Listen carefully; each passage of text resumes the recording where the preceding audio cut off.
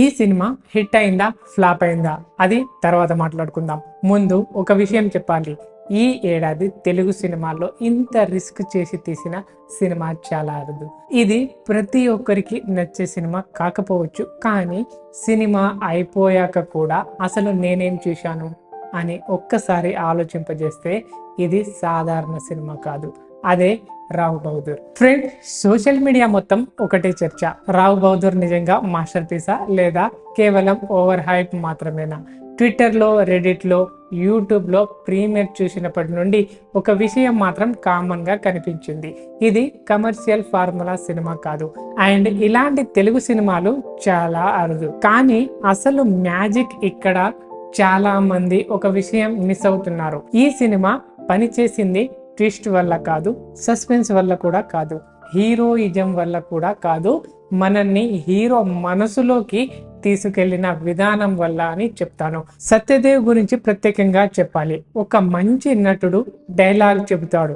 గొప్ప నటుడు డైలాగ్ చెప్పక ముందే పాత్రను మనకు అర్థమయ్యేలా చేస్తాడు. ఈ సినిమాలో సోషల్ మీడియాలో ఎక్కువ మంది ప్రశంసించేది అదే అంశం.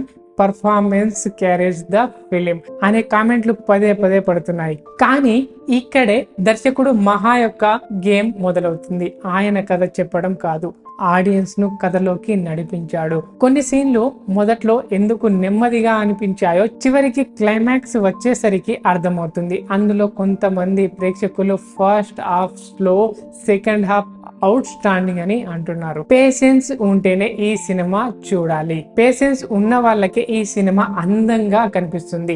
ఇంకో విషయం, థియేటర్ రెస్పాన్స్ గురించి మాట్లాడితే మాస్ ఈలలు కొట్టించే సినిమా కాదు, ప్రతి 5 నిమిషాలకు చప్పట్లు పడే సినిమా కూడా కాదు. కానీ క్లైమాక్స్ తర్వాతే కొన్ని సెకండ్లు హాల్ మొత్తం నిశ్శబ్దంగా ఉండిపోయింది. ఎందుకంటే సినిమా ముగిసిపోయింది, కానీ ఆలోచన మాత్రం అప్పుడే మొదలైంది. అదే ఈ సినిమా యొక్క బలం. ఈ మూవీ ఒక refreshing, original, rare gem and Telugu cinema tried something different. Yes, అయితే లోపాలు లేవా అంటే ఖచ్చితంగా సినిమాలో ప్రతి ఒక్క సినిమాలో లోపాలైతే ఉంటాయి. అందరూ చెప్పిన మొదటి పాయింట్, మొదటి భాగం కొంచెం నెమ్మదిగా సాగుతుంది. ఫస్ట్ కమర్షియల్ నేరేషన్ అలవాటు పడిన ప్రేక్షకులు కొన్ని సన్నివేశాలు ఓపిక పరీక్షించుకొని ఇంకొంతమందికి నాన్ లీనియర్ స్క్రీన్ పై మొదట్లో కన్ఫ్యూజింగ్ గా అనిపిస్తుంది. కానీ అదే దర్శకుడి ప్లాన్. ప్రేక్షకుడు కూడా హీరోలాగే సందేహం లేకుండా ఉండాలంటే ఆయన ఉద్దేశించిన విషయం ఇదే. ఇక్కడ ఈ సినిమా గురించి పెద్ద చర్చ మొదలైంది. ఇప్పటికి తొలి రోజు బాక్సాఫీస్ కూడా సినిమా స్థిరమైన ప్రారంభం అయితే మొదలైంది. ముఖ్యంగా నైట్ షోలలో ఆక్యుపెన్సీ పెరగడం వల్ల పాజిటివ్ వర్డ్ ఆఫ్ మౌత్ కూడా పనిచేస్తుంది. ఆయన కొన్ని సినిమాలు థియేటర్ బయటకు వచ్చిన వెంటనే మర్చిపోతాం, కొన్ని సినిమాలు మనతో ఇంటి వరకు వస్తాయి. రావు బహదూర్ ఏ కేటగిరీలో పడుతుంది అంటే అది మీ అనుభవం చెబుతుంది. కానీ ఒక విషయం మాత్రం నిజం, తెలుగు సినిమా మరోసారి సేఫ్ జోన్ నుంచి బయటకు రావడానికి ప్రయత్నించింది. అందుకే ఈ సినిమా గురించి మాట్లాడుకోవాల్సిన అవసరం అయితే ఖచ్చితంగా ఉంది. ఇంకా అసలు షాక్ ఏంటంటే ఈ సినిమాలో చాలా మంది గమనించని ఒక హిడెన్ డీటెయిల్ ఉన్నాయి. దర్శకుడు ముందే ఇచ్చిన క్లూస్ అండ్ క్లైమాక్స్ తో ఎలా కనెక్ట్ అయ్యాయి, అలాగే సోషల్ మీడియా ఎందుకు అందరూ అదే మాట్లాడుతున్నారు. ఇప్పుడు అసలు ప్రశ్న, రావు బహదూర్ సినిమా ఎందుకు చాలా మందికి కనెక్ట్ అయింది అంటే కథ కొత్తది కాబట్టా, లేదా ట్విస్టులు ఎక్కువ ఉన్నాయా, లేక హీరో నటన వలన? నా అభిప్రాయం ప్రకారం ఈ 3 కారణాలు కూడా ఉన్నాయి, కానీ అసలు కారణం మాత్రం వేరే. ఈ సినిమా ప్రేక్షకుడిని జడ్జ్ చేయదు, ఆలోచించేలా చేస్తుంది. చాలా కమర్షియల్ సినిమాల్లో హీరో మంచివాడు, విలన్ చెడ్డవాడు అని మొదటి 20 నిమిషాల్లో మనకు అర్థమవుతుంది. కానీ ఇక్కడ దర్శకుడు ప్రేక్షకుడిని ఇంత ఈజీగా సమాధానం ఇవ్వడు. ప్రతి పాత్రకు ఒక కారణం అయితే ఉంది, ప్రతి మౌనానికి ఒక అర్థమైతే ఉంది.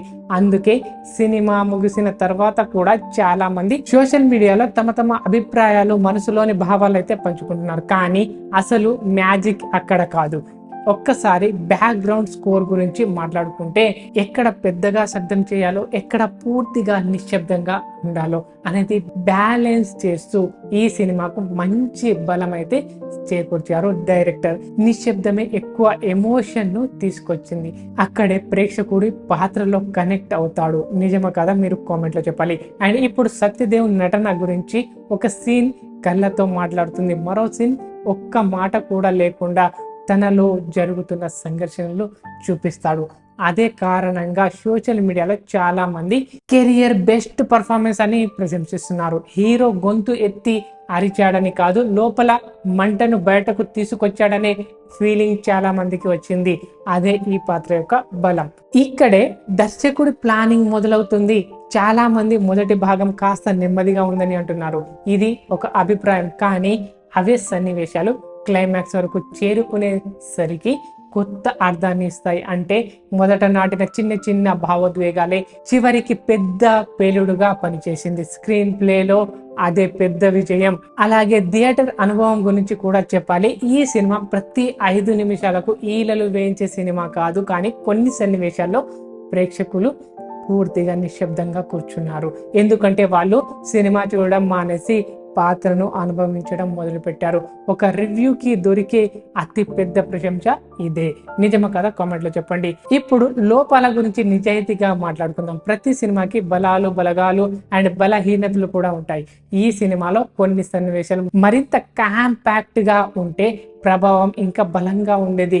కొన్ని డైలాగులు సబ్ టైటిల్ గా చెప్పి ఉంటే ఇంకా బాగుండేదని నా ఫీలింగ్. కొన్ని ఫాస్ట్ ఫేస్ సినిమాలు ఇష్టపడే వారికి ఈ సినిమా మొదటి భాగం కాస్త ఓపికను అడుగుతుంది. అది అందరికీ నచ్చకపోతే అయితే అదే నెమ్మదితనం వల్ల పాత్రలతో ఏర్పడిన అనుబంధం 2 భాగాలు మంచి ఫలితం ఇచ్చింది. ఈ సినిమా కమర్షియల్ ఫార్ములాలను ఫాలో కాలేదు. మల్టీప్లెక్స్ ఆడియన్స్ ని ఎక్కువ కనెక్ట్ అవుతుంది. ఇలాంటి సినిమాలు ఎక్కువ రావాలి, ఎందుకంటే అందరికీ నచ్చే సినిమా కాదు అని కూడా స్పష్టం చేస్తున్నారు కొందరు. ఈ సినిమా గురించి డిస్కషన్ జరుగుతుంది ఒక సినిమా విడుదలైన రోజే. ఇంత చర్చ జరగడం కూడా ఒక పాజిటివ్ నెస్సే కదా? మీరేమంటారో కామెంట్ లో చెప్పండి. ఇక్కడ ఒక విషయం గుర్తుంచుకోవాలి, హిట్ సినిమా అంటే అందరికీ ఒకే అభిప్రాయం రావడం కాదు. వేరు అభిప్రాయాలు వచ్చిన ప్రతి ఒక్కరు సినిమా గురించి మాట్లాడుకుంటే అది కూడా ఒక విజయమే. రాహు బహదూర్ ప్రస్తుతం అదే దశలో ఉంది. మీరు సినిమా చూసారా? ఎలా ఉంది? కామెంట్ లో చెప్పండి. వీడియో నచ్చితే లైక్ చేసి హైప్ చేయడం మర్చిపోవద్దు.